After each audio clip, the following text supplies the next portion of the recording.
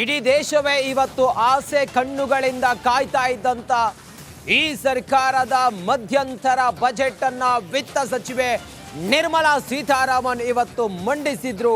ಅದರಲ್ಲಿ ಮಹಿಳೆಯರಿಗೆ, ಉದ್ಯಮಿಗಳಿಗೆ, ಹಾಗೆ ಯಾರು ಸ್ಯಾಲರಿ ಕ್ಲಾಸ್ ಪೀಪಲ್ ಇದ್ದಾರೆ, ಮಧ್ಯಮ ವರ್ಗದವರಿಗೆ, ಇವರಿಗೆಲ್ಲರಿಗೂ ಕೂಡ ಇವತ್ತು ಒಂದು ಕುತೂಹಲ ಇತ್ತು. ವಿತ್ತ ಸಚಿವೆ ನಿರ್ಮಲಾ ಸೀತಾರಾಮನ್ ಅವರು ಮಂಡಿಸಿರುವಂತ ಈ ಬಜೆಟ್ ಸಮಾಜದ ಎಲ್ಲಾ ವರ್ಗದ ಜನರನ್ನ ತಲುಪಲಿದೆ ಅಂತ ಹೇಳಿ ಮಾತನಾಡ್ತಾರೆ. ಯಾವ ವಲಯಕ್ಕೆ ಎಷ್ಟೆಷ್ಟು ಬಂಪರ್ ಕೊಟ್ಟಿದ್ದಾರೆ. ಮೋದಿ ಸರ್ಕಾರದ 2ನೇ ಅವಧಿಯ ಕೊನೆ ಬಜೆಟ್ ಇದಾಗಿದೆ. ಸಂಸತ್ನಲ್ಲಿ ವಿತ್ತ ಸಚಿವೆ ನಿರ್ಮಲಾ ಸೀತಾರಾಮನ್ ಮಂಡಿಸಿರುವ ಬಜೆಟ್ 6ನೇ ಬಾರಿ ವಿತ್ತ ಸಚಿವೆಯಾಗಿ ನಿರ್ಮಲಾ ಸೀತಾರಾಮನ್ ಅವರು ಮಂಡಿಸ್ತಾ ಇರುವಂತ 6ನೇ ಬಜೆಟ್ ಇದು. ಬಜೆಟ್ ಸಮಾಜದ ಎಲ್ಲಾ ವರ್ಗದ ಜನರನ್ನು ಕೂಡ ತಲುಪಲಿದೆ. ಸಬ್ಕಾ ಸಾಥ್ ಸಬ್ಕಾ ವಿಕಾಸ್ ಅಂತ ಹೇಳಿ ಬಜೆಟ್ ಅನ್ನ ಮಂಡಿಸಿದ್ರು ವಿತ್ತ ಸಚಿವೆ ನಿರ್ಮಲಾ ಸೀತಾರಾಮನ್. ಮೋದಿ ಸರ್ಕಾರದ 2ನೇ ಅವಧಿಯ ಕೊನೆ ಬಜೆಟ್ ಅನ್ನ ವಿತ್ತ ಸಚಿವೆ ನಿರ್ಮಲಾ ಸೀತಾರಾಮನ್ ಅವರು ಮಂಡಿಸಿದ್ರು. ಬಹಳ ಕುತೂಹಲ ಇತ್ತು. ನೂತನ ಸಂಸತ್ ಭವನದಲ್ಲಿ ವಿತ್ತ ಸಚಿವೆ ನಿರ್ಮಲಾ ಸೀತಾರಾಮನ್ ಅವರು ಇವತ್ತು ಏನೇನು ಹೊಸ ಯೋಜನೆಗಳನ್ನ ನೀಡಬಹುದು ಅನ್ನೋದ್ರ ಕುರಿತಾಗಿ ಕುತೂಹಲ ಇತ್ತು. ಯಾಕಂತ ಹೇಳಿದ್ರೆ ಲೋಕಸಭಾ ಚುನಾವಣೆಗೆ ಇನ್ನೇನು ಕೆಲವೇ ದಿನಗಳು ಮಾತ್ರ ಬಾಕಿ ಇರೋದ್ರಿಂದ, ಚುನಾವಣಾ ಬಜೆಟ್ ಆಗಿರೋದ್ರಿಂದ ಜನಪ್ರಿಯ ಯೋಜನೆಗಳ ಬಗ್ಗೆ ಕುತೂಹಲ ಇತ್ತು. ಒಂದಿಷ್ಟು ನಿರೀಕ್ಷೆಗಳಿದ್ವು. ಆದರೆ ಯಾವುದೇ ಜನಪ್ರಿಯ ಯೋಜನೆಗಳಿರಲಿಲ್ಲ. ಆದರೆ ಆರ್ಥಿಕ ಶಿಸ್ತನ್ನು ಕಾಯ್ದುಕೊಂಡು ಹೇಗೆ ಮುಂದೆ ಹೋಗಬೇಕು, ನಮ್ಮ ಲೆಕ್ಕಾಚಾರ ಏನು, ನಮ್ಮ ವಿಷನ್ ಏನಿದೆ ಅನ್ನೋದನ್ನು ಬಹಳ ಕ್ಲಿಯರ್ ಆಗಿ ಈ ಬಜೆಟ್ನಲ್ಲಿ ಮಂಡಿಸಿದ್ರು ವಿತ್ತ ಸಚಿವೆ. ಮಾಡುವಂಥ ದೃಷ್ಟಿಯಿಂದ ಪ್ರಮುಖ ಅನೌನ್ಸ್ಮೆಂಟ್ಗಳು ಈ ಬಜೆಟ್ನಲ್ಲಿ ಆಗಿವೆ. ನನಗೆ ವಿಶೇಷವಾಗಿ ಬಜೆಟ್ನಲ್ಲಾಗಿರುವಂಥ ಹೈಲೈಟ್ಗಳು ಅಂತಂದರೆ, ದೇಶದ ಇನ್ಫ್ರಾಸ್ಟ್ರಕ್ಚರ್ನ ಒಂದು ಬೆಳವಣಿಗೆ ನರೇಂದ್ರ ಮೋದಿ ಅವರ ನೇತೃತ್ವದಲ್ಲಿ ಕಳೆದ 10 ವರ್ಷದಲ್ಲಿ ಐತಿಹಾಸಿಕವಾಗಿ ನಡೆದಿದೆ. ನಾವು ದೇಶದ ಎಲ್ಲ ಕಡೆ, ಅದು ನಗರ ಪ್ರದೇಶ ಇರ್ಬೋದು, ಗ್ರಾಮೀಣ ಪ್ರದೇಶ ಇರ್ಬೋದು, ಅಥವಾ ದೇಶದ ಬಾರ್ಡರ್ ಡಿಸ್ಟ್ರಿಕ್ಟ್ಗಳಿರ್ಬೋದು, ನಾವು ಎಲ್ಲೇ ನೋಡಿದ್ರೂ ಕೂಡ ಹೊಸ ರಸ್ತೆಗಳು, ಹೈವೇಗಳು, ಬ್ರಿಡ್ಜ್ಗಳು, ಏರ್ಪೋರ್ಟ್ಗಳು, ಹೊಸ ಪೋರ್ಟ್ಗಳು, ಹೊಸ ರೈಲ್ವೆ ಡಬ್ಲಿಂಗು, ಎಲೆಕ್ಟ್ರಿಫಿಕೇಶನ್ನು, ಈ ಎಲ್ಲ ಕಾಮಗಾರಿಗಳಾಗ್ತಾ ಇರೋದನ್ನು ನಾವು ನೋಡಿದ್ದೀವಿ. ಈಗಾಗಲೇ ಕಳೆದ 3 ವರ್ಷದಲ್ಲಿ ಎಷ್ಟು ಇನ್ಫ್ರಾಸ್ಟ್ರಕ್ಚರಿಗೆ ಬಜೆಟ್ ಅನ್ನು ಕೊಡಲಾಗಿತ್ತೋ ಅದನ್ನ 3 ಪಟ್ಟು ದೊಡ್ಡದು ಮಾಡಲಾಗಿತ್ತು. ಈ ವರ್ಷ ಅದನ್ನ ನಾವು ಆ 3 ಪಟ್ಟಿನ ಮೇಲೆ 11% ಜಾಸ್ತಿ ಮಾಡ್ತೀವಿ. 11 ಲಕ್ಷ ಕೋಟಿ ರೂಪಾಯಿಯ ಇನ್ಫ್ರಾಸ್ಟ್ರಕ್ಚರ್ ಬಜೆಟ್ಗೆ ನಾವು ಮೀಸಲಿಡ್ತಾ ಇದ್ದೀವಿ. ದೇಶದ GDPಯ 3.4% ಇನ್ಫ್ರಾಸ್ಟ್ರಕ್ಚರ್ ಕ್ರಿಯೇಷನ್ಗೆ ನಾವು ಮೀಸಲಿಡ್ತಾ ಇದ್ದೀವಿ ಎನ್ನುವಂಥ ಅನೌನ್ಸ್ಮೆಂಟ್ ಏನಿದೆ, ಅದು ಬಹಳ ದೊಡ್ಡ ಅನೌನ್ಸ್ಮೆಂಟು. ಇದರಿಂದ ಕರ್ನಾಟಕ ಇರ್ಬೋದು, ದೇಶದ ಬೇರೆ ಬೇರೆ ರಾಜ್ಯಗಳಿರ್ಬೋದು, ಅಪಾರವಾದಂಥ ಇನ್ಫ್ರಾಸ್ಟ್ರಕ್ಚರ್ ಬೆಳವಣಿಗೆ ಆಗುವಂಥದ್ದಿದೆ. ಜೊತೆಗೆ ಲಕ್ಷಾಂತರ ಉದ್ಯೋಗಗಳು ಸೃಷ್ಟಿಯಾಗುವಂಥದ್ದಿದೆ. 2ನೇದು ಬಹಳ ದೊಡ್ಡ ಅನೌನ್ಸ್ಮೆಂಟ್ ಇದರಲ್ಲಿ ಆಗಿರುವಂಥದ್ದು, 1 ಲಕ್ಷ ಕೋಟಿ ರೂಪಾಯಿ ರಿಸರ್ಚ್ ಅಂಡ್ ಡೆವಲಪ್ಮೆಂಟ್ಗೆ ನಾವು ಸಾಲರಹಿತವಾದಂಥ, ಅಂದರೆ ಬಡ್ಡಿ ರಹಿತವಾದಂಥ ಸಾಲಗಳನ್ನು ಕೊಡೋದಕ್ಕೆ ಗ್ರ್ಯಾಂಟನ್ನು ಎಸ್ಟಾಬ್ಲಿಷ್ ಮಾಡ್ತಿದ್ದೀವಿ ಎನ್ನುವಂಥ ಒಂದು ಘೋಷಣೆ. 1 ಲಕ್ಷ ಕೋಟಿ ರೂಪಾಯಿ ಬಹಳ ದೊಡ್ಡ ಮೊತ್ತ.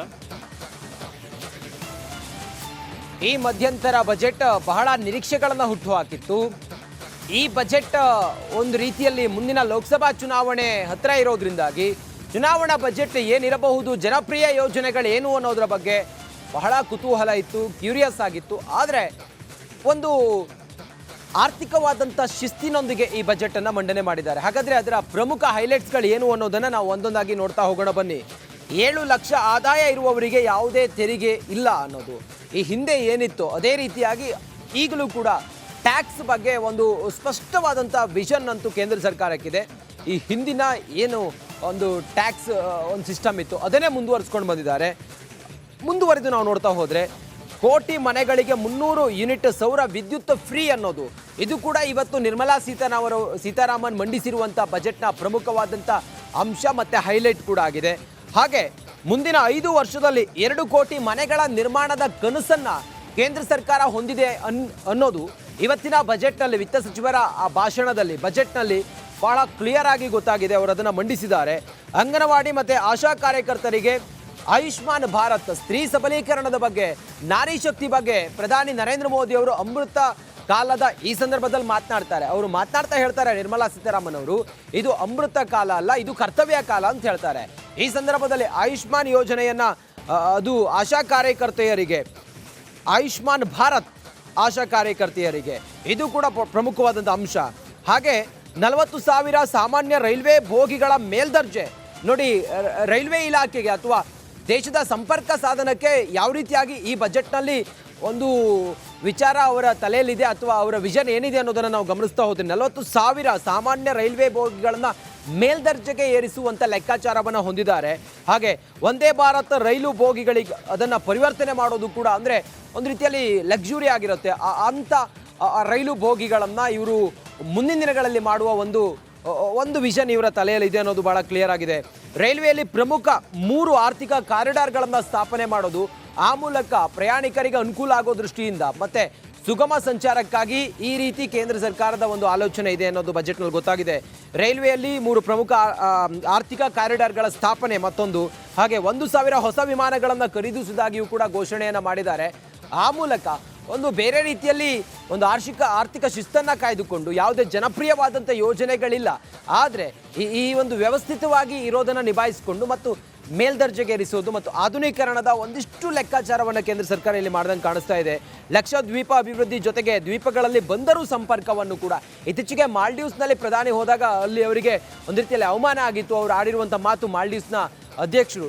ಅದಾದ ನಂತರ ನಾವು ನಮ್ಮ ದೇಶದಲ್ಲಿರುವಂಥ ಪ್ರವಾಸಿ ಮಂದಿರಗಳು ಅಥವಾ ಪ್ರವಾಸಿ ಸ್ಥಳಗಳನ್ನು ಅಭಿವೃದ್ಧಿಪಡಿಸಬೇಕು ಅನ್ನೋದ್ರ ಬಗ್ಗೆ ಚರ್ಚೆಗಳಾಗಿತ್ತು. ಈಗ ಈ ಬಜೆಟ್ನಲ್ಲಿ ಲಕ್ಷದ್ವೀಪ ಸೇರಿದಂತೆ ಪ್ರವಾಸೋದ್ಯಮಕ್ಕೆ ಹೆಚ್ಚಿನ ಒತ್ತು ಕೊಟ್ಟಿದ್ದಾರೆ ಅನ್ನೋದು ಬಹಳ ಕ್ಲಿಯರ್ ಆಗಿ ನಿರ್ಮಲಾ ಸೀತಾರಾಮನ್ ಅವರ ಭಾಷಣದಲ್ಲಿ ಗೊತ್ತಾಗಿತ್ತು. ಹಾಗೆ ಕಾರ್ಪೊರೇಟ್ ತೆರಿಗೆ 30%ನಿಂದ 20%ಗೆ ಇಳಿಕೆ ಮಾಡಿದ್ದಾರೆ. ಗರ್ಭಕೋಶ ಕ್ಯಾನ್ಸರ್ ತಡೆಗೆ ಕೇಂದ್ರದಿಂದ ಉಚಿತ ಲಸಿಕೆಯೂ ಕೂಡ ಈ ಬಜೆಟ್ನಲ್ಲಿ ಮಂಡಿಸಿದ್ದಾರೆ. 2047ರ ವೇಳೆಗೆ ಅಭಿವೃದ್ಧಿ ಹೊಂದಿದ ರಾಷ್ಟ್ರ ಭಾರತ ಆಗುತ್ತೆ ಅನ್ನುವ ಒಂದು ಆಲೋಚನೆಯೊಂದಿಗೆ, ದೂರಾಲೋಚನೆಯೊಂದಿಗೆ ಇವತ್ತಿನ ಬಜೆಟ್ನಲ್ಲಿ ನಿರ್ಮಲಾ ಸೀತಾರಾಮನ್ ಅವರು ಕೆಲ ಪ್ರಮುಖ ಅಂಶಗಳನ್ನು ತಿಳಿಸಿದ್ದಾರೆ. ಮಧ್ಯಂತರ ಬಜೆಟ್ ಆಗಿರೋದ್ರಿಂದ ಮತ್ತೆ ನಮ್ಮ ಸರ್ಕಾರ ಬಂದು 2047ರವರೆಗೂ ಕೂಡ ನಮ್ಮ ಕೈಯಲ್ಲಿ ಏನಾದರೂ ಆಡಳಿತ ಇತ್ತು ಅನ್ನೋದಾದರೆ ನಾವು ಒಂದು ಸುಭದ್ರ ಭಾರತವನ್ನು, ನಾವೊಂದು ಅಭಿವೃದ್ಧಿ ಹೊಂದಿದ ಭಾರತವನ್ನು ನಾವು ಮಾಡ್ತೀವಿ ಅನ್ನೋದನ್ನು ಹೇಳಿದ್ದಾರೆ. ಈ ಬಜೆಟ್ ಕುರಿತಾಗಿ ಕಾಂಗ್ರೆಸ್ನ ಸಂಸದ DK ಸುರೇಶ್ ಅವರು ಮಾತನಾಡ್ತಾ ಇದ್ದಾರೆ. ಲೈ ನೋಡೋ ಬನ್ನಿ. ನಾಮಫಲಕಗಳು ಬದಲಾಗಿದೆ. ಹೊಸ ಪದಗಳನ್ನು ಬಳಸಿ ಒಂದಷ್ಟು ದೇಶಿ ಹೆಸರುಗಳನ್ನು, ಒಂದಷ್ಟು ಸಂಸ್ಕೃತಗಳನ್ನು ಉಪಯೋಗಿಸಿ ಜನರನ್ನು ದಾರಿ ತಪ್ಪಿಸುವಂಥ ಒಂದು ಬಜೆಟ್ ಘೋಷಣೆಯನ್ನು, ಲೇಖಾನುದಾನವನ್ನು ಇವತ್ತು ಕೊಟ್ಟಿದ್ದಾರೆ. ಇದರಲ್ಲಿ ಯಾವುದೇ ಅರ್ಥ ಇಲ್ಲ. ಇವತ್ತು ಯಾವ ಬೆಲೆ ಏರಿಕೆಯ ಬಗ್ಗೆ ಮತ್ತು ನಮ್ಮ ಎಕನಾಮಿಕ್ ಸರ್ವೆ ಇಡಬೇಕಾಗಿತ್ತು. ಎಕನಾಮಿಕ್ ಸರ್ವೆ ಅವರು ಇಟ್ಟಿಲ್ಲ ಅಂತಂದರೆ ಬಹುಶಃ full fledge last year budget ಅದು ಕಂಪ್ಲೀಟ್ ಆಗಿದೆ. ಎಕನಾಮಿಕ್ ಸರ್ವೆ ಅವರು ಇಟ್ಟಿದ್ದಿದ್ರೆ ಇವರ ಪರಿಸ್ಥಿತಿ ಏನಿದೆ, ಯಾವ ರೀತಿ ದೇಶ ಕಳೆದ ಸಾಲಿನಲ್ಲಿ ಸಾಧನೆಯನ್ನು ಸಾಧಿಸಿದೆ ಅನ್ನೋದಕ್ಕಂಥದ್ದು ಸಂಪೂರ್ಣವಾಗಿ ಗೊತ್ತಾಗ್ತಾ ಇತ್ತು. ಅದನ್ನು ಮುಚ್ಚಿಟ್ಟಿರೋದ್ರಿಂದ ಎಲ್ಲ ಕಡೆ ಅನುಮಾನಗಳು ಪ್ರಾರಂಭ ಆಗಿದೆ. ಬಹುಶಃ ಇದೊಂದು ಬಜೆಟ್ಟು ಚುನಾವಣೆಗೆ ಸಂಬಂಧಪಟ್ಟಂತೆ ಒಂದಷ್ಟು ಘೋಷಣೆಗಳನ್ನು, ಒಂದಷ್ಟು ಹೇಳಿಕೆಗಳನ್ನು ಕೊಡುವಂಥದ್ದು. ಲೇಖಾನುದಾನ ತೊಗೊಳ್ತಾ ಇದ್ದೀವಿ ಅಂತಕ್ಕಂಥವ್ರು ಇನ್ಕಮ್ ಟ್ಯಾಕ್ಸ್ ವಿಚಾರದಲ್ಲಿ ಮಾತ್ರ